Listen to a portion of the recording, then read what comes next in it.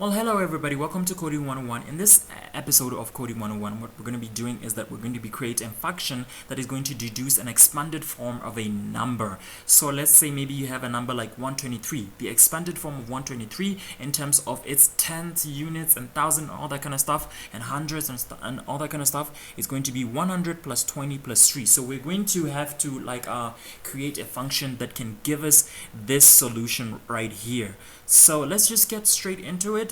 The first thing that we're going to do is that we're going to create a variable which we're going to store our expanded form, and we're just going to make it blank for now. And then after that, we're just going to have to transform or convert this number into a string, and we're going to just use str to do that. And then after that, we're going to have to extract the length of that string, and we're just going to call that length n, and we're going to just put num over here. And then after we do that, we're gonna have to just create a for loop so that we can just iterate through that string that we just created, and we just say length of range, and we're just gonna loop from 0 to n. And then after that, this is where the magic happens. We are going to now create that string of expanded form, the expanded form string.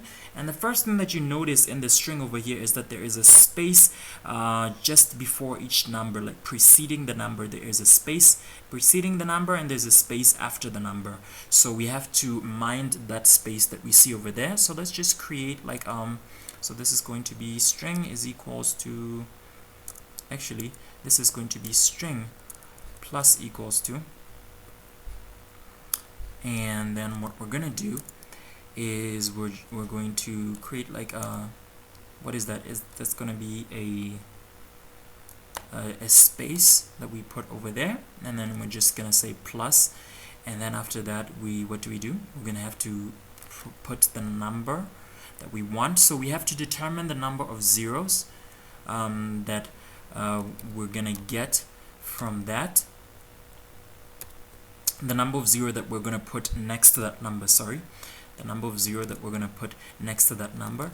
So how are we going to determine that? First, let's just put the 0,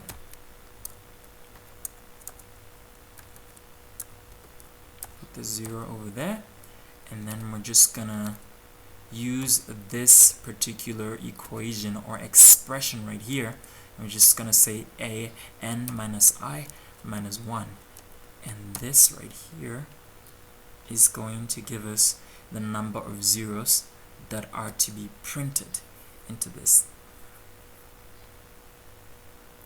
So after that, don't forget we have an addition sign over here that we need to print out.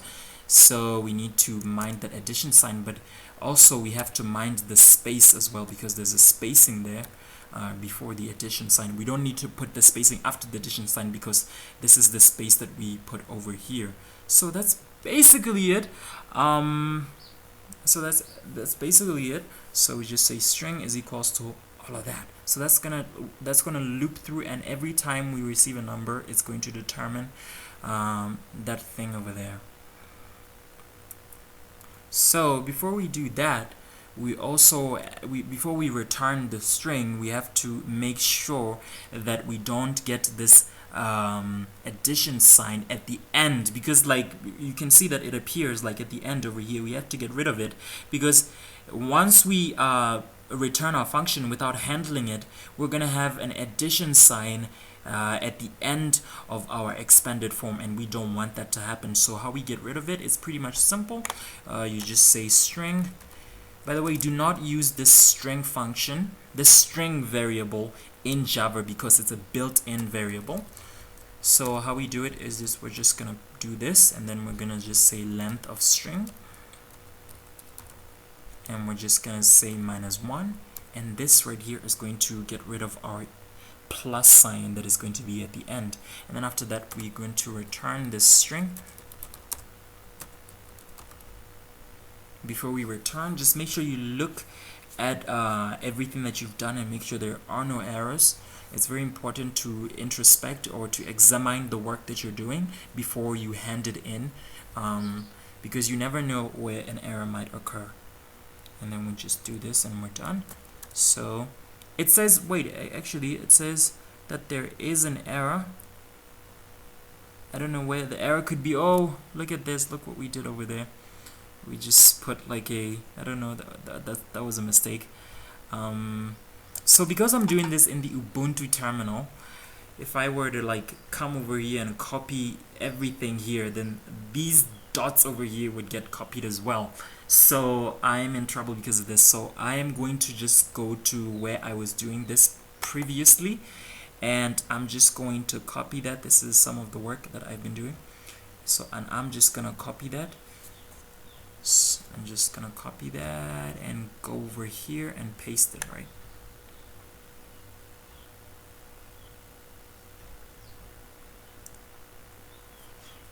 So you can see that this is essentially the same thing. The only difference here is that we initialize the length over here, and we calling the number x instead of num. So it's pretty much the same thing. So let's just test it.